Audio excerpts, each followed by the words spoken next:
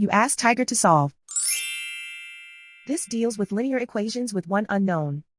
The final result is x equals 47,000. Let's solve it step by step. Group all constants on the right side of the equation. Subtract 2,400 from both sides. Group like terms.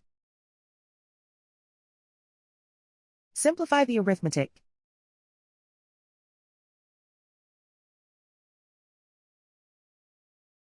Isolate the x. Divide both sides by 0.018. Simplify the arithmetic.